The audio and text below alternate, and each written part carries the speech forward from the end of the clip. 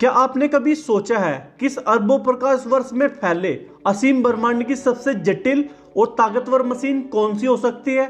सबसे नई सभ्यता से लेके कल्पना से परे और पूरे ब्रह्मांड को नियंत्रित करने वाली सभ्यता भी इस मशीन को आज तक नहीं समझ सकी। तो आखिर में किस मशीन के बारे में मैं बात कर रहा हूं? तो आइए अब गहराई में चलते हैं इस मशीन के बारे में। अगर आप गहराई से सोचोगे तो आप पाओगे कि जिस मशीन के बारे में मैं बात कर रहा हूं वो खुद आपके शरीर में भी मौजूद है, जिसे हम मस्तिष्क यानी कि माइंड यानी कि ब्रेन कहते हैं। मानव मस्तिष्क के जटिल पर्सन, हर रोज 6200 से भी ज्यादा विचार करने वाली और हर सेकंड 100 अरब से भी ज्यादा शरीर को संकेत देने वाली ये मशीन इस ब्रह्मांड की सबसे जटिल चीज है।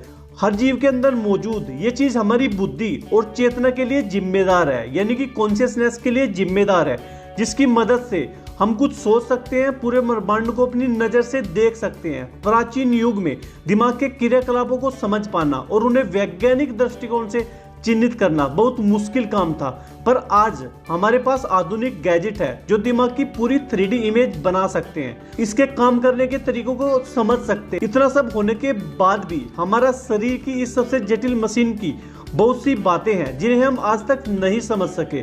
हमें नहीं पता कि कैसे कुछ लोगों का दिमाग पृथ्वी के मैग्नेटिक फील्ड को महसूस कर सकता है और बहुत से लोग इसे अपने जीवन भर भी महसूस नहीं कर पाते हैं। हम नहीं जानते कि हमारे अंदर जो चेतना है यानी कि जो कॉन्शियसनेस है वो एक मशीन कैसे नियंत्रित करती है। क्यों हम कई बार अपने पैरों की फुट स्टेप की आवाज को नहीं सुन पाते, बल्कि किसी और की हल्की सी आहट भी हमें तुरंत सुन जाती है।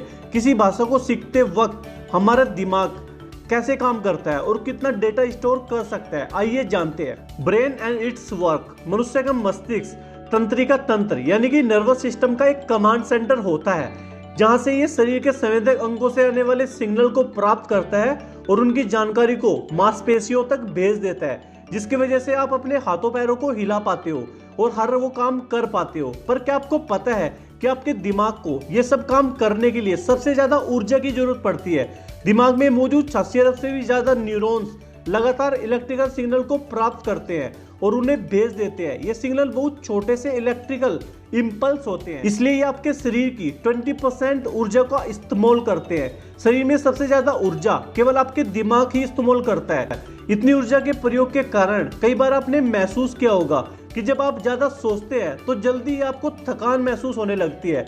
खैर ये तो एनर्जी की बात। आगे मैं आपको दिमाग से जुड़ी हुई एक ऐसी रिसर्च की ओर लेके जाऊंगा जिसने वैज्ञानिकों को भी हैरान कर दिया। पहली बार वैज्ञानिकों ने देखा कि पृथ्वी का मैग्नेटिक फील्ड भी हमारे दिमाग को प्रभावित करता है।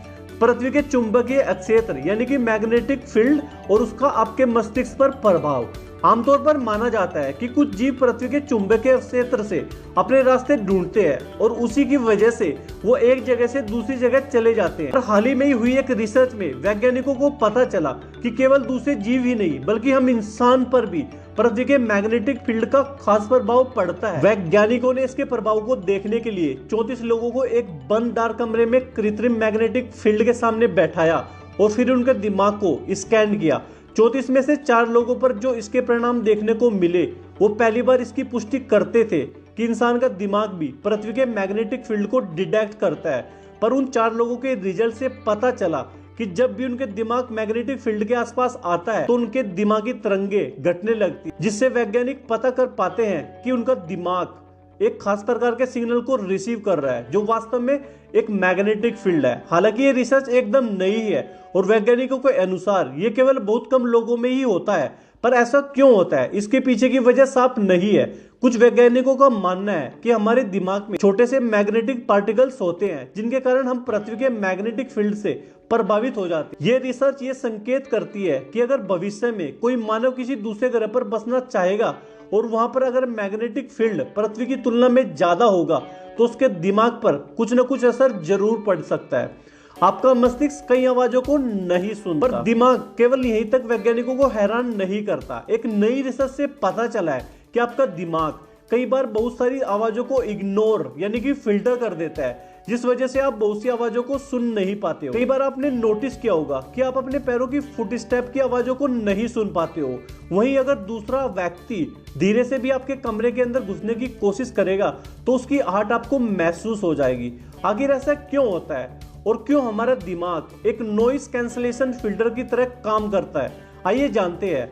हाल ही में चूहों पर हुई रिसर्च में पता चला है कि चूहे का दिमाग उसके पैरों की फुटस्टेप की आवाज को फिल्टर कर देता है, जिससे वह अपने आसपास दूसरे जीवों की आवाज और उनकी फुटस्टेप को आसानी से सुन पाता है और अपने आप को शिकारियों से बचाता है। चूहे के दिमाग में ऐसा तब होता है जब मोटर कॉर्टेक्स में मौजूद सेल्स ऑडिटर कॉर्टेक्स के साथ एक खास तरह से जुड़ जाते हैं। मोटर कॉर्टेक्स दिमाग का वह हिस्सा होता है जो आपके मूवमेंट को कंट्रोल करता है और ऑडिटरी कॉर्टेक्स आवाजों को कंट्रोल करता है। चूहा और मानव का दिमाग लगभग एक जैसा ही होता है, इसलिए वैज्ञानिकों का मानना है कि शायद इसी वजह से हम भी अपने फुटस्टेप की आवाजों को नहीं सुन पाते। पर हमारा दिमाग केवल पैरों की आवाजों तक ही सीमित नहीं है, ये आवाजों को फिल्टर करके आपके सोने में भी मदद करता है और सपनों को भी कंट्रोल करता है। ज्यादातर दिमाग बेकार की आवाजों को फिल्टर करके केवल काम की आवाजों को ही सुनने में मदद करता है। अब आगे बढ़ते हैं और समझते हैं कि हमारे अंदर जो चेतना है वो आखिर किस वजह से है और क्यों वैज्ञानिक इसे आज तक सही से समझ नहीं सके।